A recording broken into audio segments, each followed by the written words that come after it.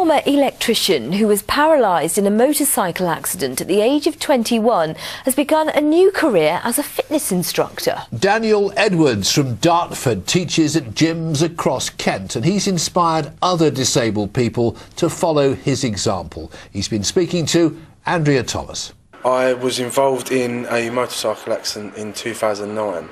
A car pulled out on me and didn't see me, and I hit it, broke me back. Various other injuries, quite serious, which put me in a coma for a little while. I waken up a month afterwards, eventually turning up in Stoke Mandeville, where I did my rehabilitation. Finally got out in 2010 in February.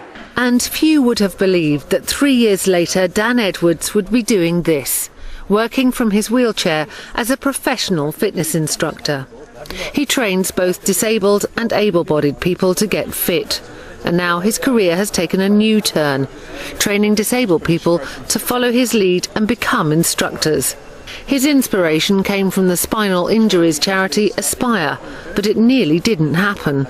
We knew that he would have had all the potential to make a great fitness instructor, signed him up to the course, confirmed his place.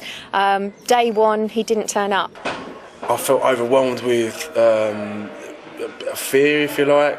I just felt like I wouldn't feel comfortable giving someone, an able-bodied person, instruction.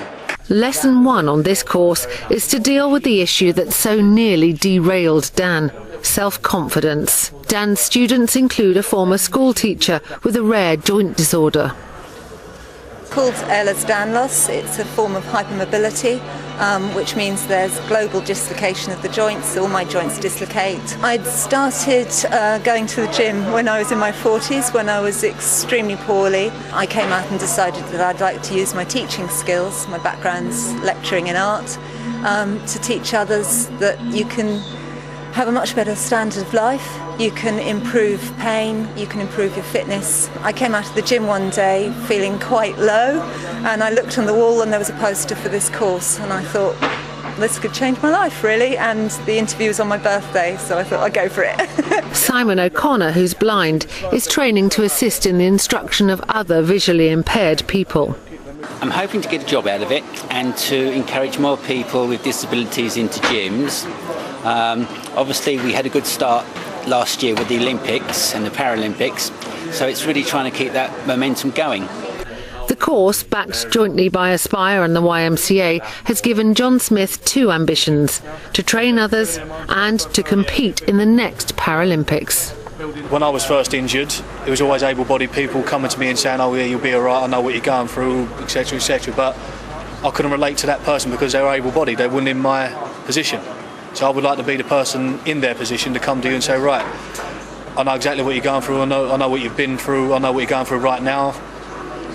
It's not the end of the world, you know. If I can become hopefully if I become a gym instructor, so can you. I'm actually being trained from shot put, javelin and discus. Hopefully I'll be at a competitive level very soon, and I suppose the sky's the limit from there. We could be talking about the Kent Games or Rio in 2016, you never know. Andrea Thomas, ITV News, Maidstone. The sky is the limit, absolutely.